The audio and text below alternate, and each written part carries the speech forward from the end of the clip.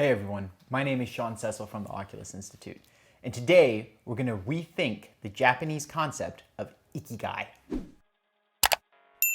Okay, so some of you may have heard of the Japanese concept of Ikigai, right? I talk about career purpose a lot, and it's a very similar concept. What they say is they have these four overlapping circles, and they're what you love, what you're good at, what the world needs, and what can make you money. And they're like, if you find something that does all four of those, you found your Ikigai. And that's the same as when I talk about career purpose. It's something that you can do joyfully for the rest of your career and be totally happy and have financial success and career fulfillment and all this other kind of stuff, right?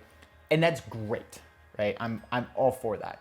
The problem is that you have four different criteria that you need to meet, and hitting all four of them simultaneously is very, very, very difficult. For something that's just going to fall into your lap that meets all four, it's pretty unlikely. So the real question of how you want to use the Ikigai is, which of the four do you start at? Right? This is very important because some of them you can build later. Some of them you really have to discover earlier. So let's walk through each of those four and where you want to start. So most people will start at what can make them money. That's where most people start. And that normally doesn't end so well because then, they end up, climbing some corporate ladder. They end up with golden handcuffs. They end up, struggling to change careers later. They end up locked into something that's not fulfilling. So starting with what's going to make you money is not where you want to start, right? Another one that people will try to start at is what they're good at, right? Most of the time when I've seen people do this, we're talking about people who have challenges with self-confidence. They want to feel validated. They want to feel, that people, they often struggle with imposter syndrome. So they want people to feel that, they're legitimate. And so there's a lot of desire for external validation. And so they'll go into what they're good at. But again, that doesn't necessarily line up with what they love, and it may not even line up with what the world needs. So that leaves, the two that you do want to be looking at as good starting points are what you love and what the world needs. Now, if you look at what the world needs, we live in a world with almost 8 billion people now, right? And of those 8 billion people, the number of desires, the number of unmet needs, the number of challenges that people are facing is vast, right? It's huge. And sorting through all of that is kind of an infinite pile of sand. It's not quite infinite, but it's pretty large, right? So I always recommend that people start off with what they love. That to me is, because it's not gonna get you into a trap later, and it's something that you can sort through in a reasonable period of time. Yes, it means doing internal work to get rid of, inauthentic values and fear and all this other stuff so you can really get to the core of your authentic values and build something around that. That's true. It does take that. But, that's something that can be done in a period of months, right? So now that you have what you love, now you want to move to how can you use that, or how can you leverage that, or how can you align that with what some group of people needs. It doesn't need to be the whole world. You don't have to go save the world, right? A lot of people, they feel this obligation to save the world. That's not realistic for, almost anyone, right? The point of us here, all us humans getting along in this community is to serve some segment of fellow humanity. It doesn't need to serve everybody. It doesn't need to, be in line with some, giant political cause or giant charity cause or whatever.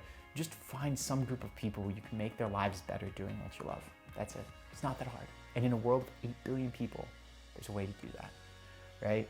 So, go find some way to map what you love to a way where it serves your fellow human beings in some form or fashion, right? You're now creating value, right? Once you've figured out how to create value for other people, you've now opened up the gate for how to get paid for it.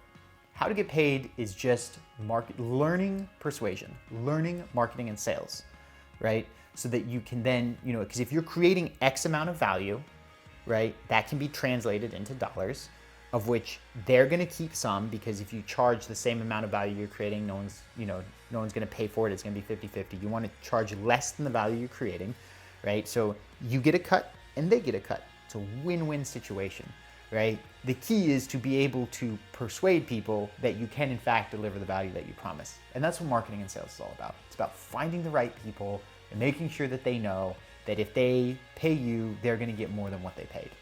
That's all, right?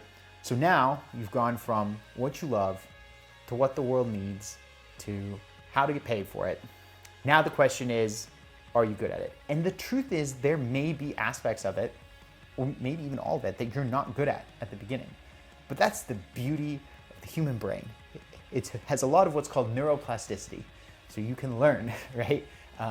There are people who have taken up things very late in life and then become very good at them, right?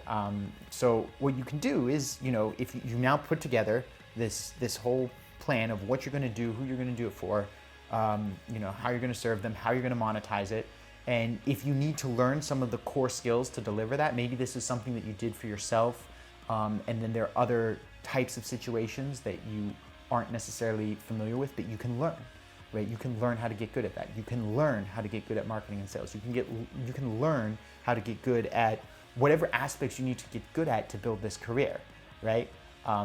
Some people have kind of an aversion to learning, which is problematic, because if you want to go do something new, right? If you want to get a different result than what you've gotten before, you have to do something different than what you've been doing, which means you have to do something new. And if you want to do something new, that means you have to go learn, right?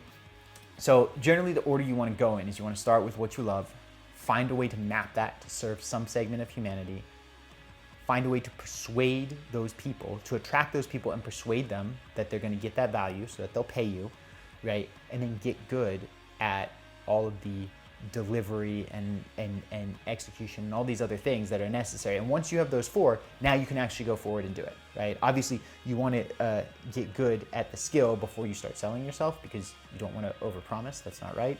But you want to understand how you're going to do that so that you know what you need to get good at, right? So if you look at the Ikigai now, we have a clear order. Instead of just being 4 at once, we go what you love, how you serve your fellow human beings, how to get paid, and then to build the skill set to get good at it.